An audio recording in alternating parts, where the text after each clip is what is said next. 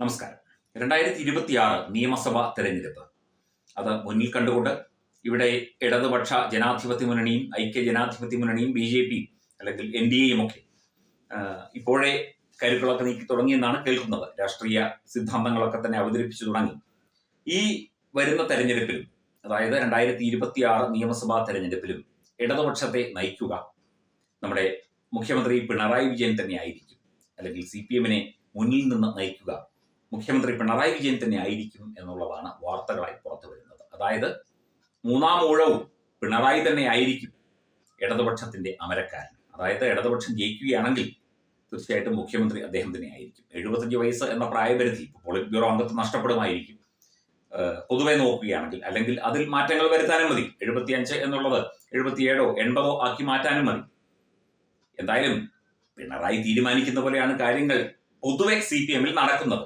അപ്പൊ പിന്നെ പ്രായം അങ്ങോട്ടും ഇങ്ങോട്ടും മാറ്റാൻ എന്താ പാട്? ഒരു പാടുമില്ല.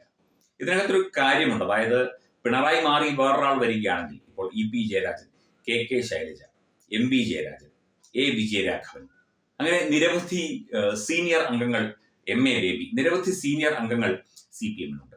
അപ്പോൾ പിന്നെ ആരായിരിക്കും അടുത്ത മുഖ്യമന്ത്രി സ്ഥാനാർത്ഥി എന്നുള്ള തർക്കം അവിടെ ഉണ്ടാകാൻ സാധ്യതയുണ്ട്. AK ബാലനുണ്ട്, നിരവധി പേരുണ്ട്.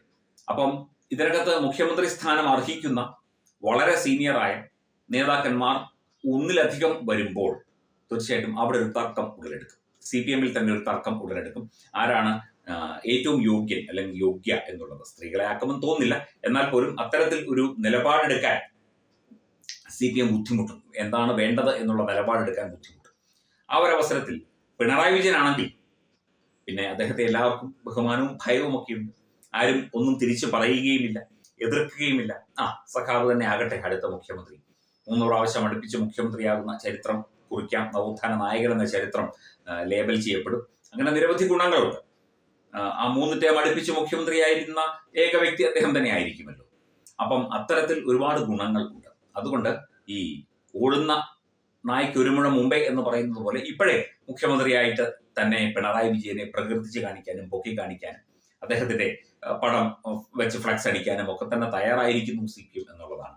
3ാം തവണയും സാധാരണഗതിയിൽ CPM ജയിക്കുകയാണെങ്കിൽ എല്ലായിടത്തും 2-3 പ്രാവശ്യം അടുപ്പിച്ച് ജയിച്ചാൽ പിന്നെ പാർട്ടിയുടെ ബാക്കി കാണില്ല. ബംഗാളിലെ സ്ഥിതി അറിയാം, ത്രിപുരയിലെ സ്ഥിതിയും അറിയാം. കേരളത്തിൽ മാത്രമാണ് ഏക പ്രതീക്ഷ. അപ്പോൾ കേരളത്തിൽ ശക്തമായ ഒരു സംവിധാനം ഉണ്ടാക്കി മുന്നേറണമെങ്കിൽ പിണറായി തന്നെ മുഖ്യമന്ത്രിയായി അല്ലെങ്കിൽ മുഖ്യമന്ത്രി സ്ഥാനാർത്ഥിയായി കടന്നു വരണം. അദ്ദേഹം തന്നെ LDF-നെ CPM-നെ മുന്നിൽ നിന്ന് നയിക്കണം എന്നുള്ള ഒരു പൊതു അഭിപ്രായമാണ് ചില സഖാക്കൾക്കുള്ളത്. എന്നാൽ ചില സഖാക്കൾക്ക് അങ്ങനെ അല്ലതാൻ. പലരും മുഖ്യമന്ത്രി കസേര മോഹിക്കുന്നുണ്ട്, അല്ലെങ്കിൽ നായകത്വം എന്ന് പറയുന്ന ഒരു കസേര മോഹിക്കുന്നുണ്ട് CPM-ൽ. ഈ കോൺഗ്രസിലെ പോലെ തന്നെ CPM-ൽ ഇത്തരം പ്രതിസന്ധികൾ ഉണ്ട്, ഇല്ല എന്ന് പറയാൻ പറ്റില്ല. എന്തായാലും 3ാം വട്ടവും മുഖ്യമന്ത്രിയായി വിരാജിക്കുവാൻ, അവതരിക്കുവാൻ സഖാവ് പിണറായി വിജയന് സാധിക്കട്ടെ എന്ന് ആശംസിക്കുന്നു. എല്ലാവർക്കും വിപ്ലവ അഭിവാദ്യങ്ങൾ. Branding partner Kohna, Coalition of Hindus of North America. EduBix, Online Executive Education. Focus, Physiotherapy Center, Pattam. Unnat Engineering, Gujarat. Tirthayatra.com. Iron Build, Gujarat. Powered by Jyotis, realizing your dream home.